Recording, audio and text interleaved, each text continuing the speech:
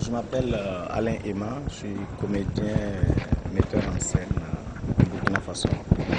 Je suis arrivé au moment de l'ouverture, j'ai été très frappé par le spectacle d'ouverture mis en scène par Aladji. Et j'avais trouvé une très belle fresque de cette histoire du Bénin que l'on découvrait. Et ce qui était remarquable aussi, c'est l'adhésion du public. Les gens, à des moments, on sentait que l'histoire les touchait, ça leur parlait, ils étaient très proches de cette histoire-là.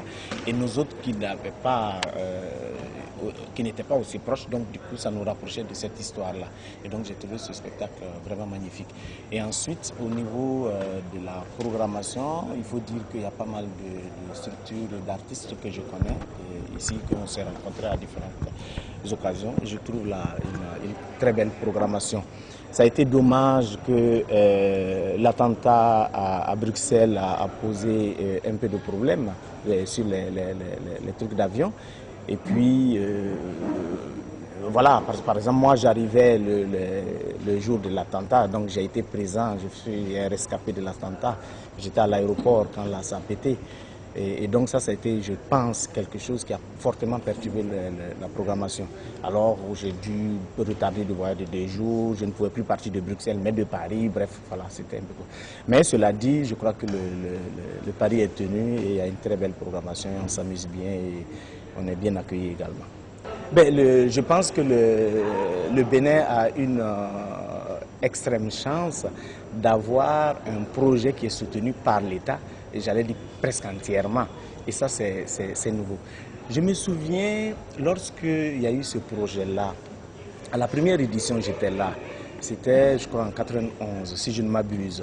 Et le directeur à l'époque, c'était Antoine Dadélé, je crois qu'il est le feu Antoine Dadélé, je crois, voilà. Alors j'étais venu à ce projet-là. Alors les discussions avaient montré que voilà l'État béninois qui s'investit entièrement dans un art bien précis qui est le théâtre. Je crois que ça c'est fabuleux et fantastique.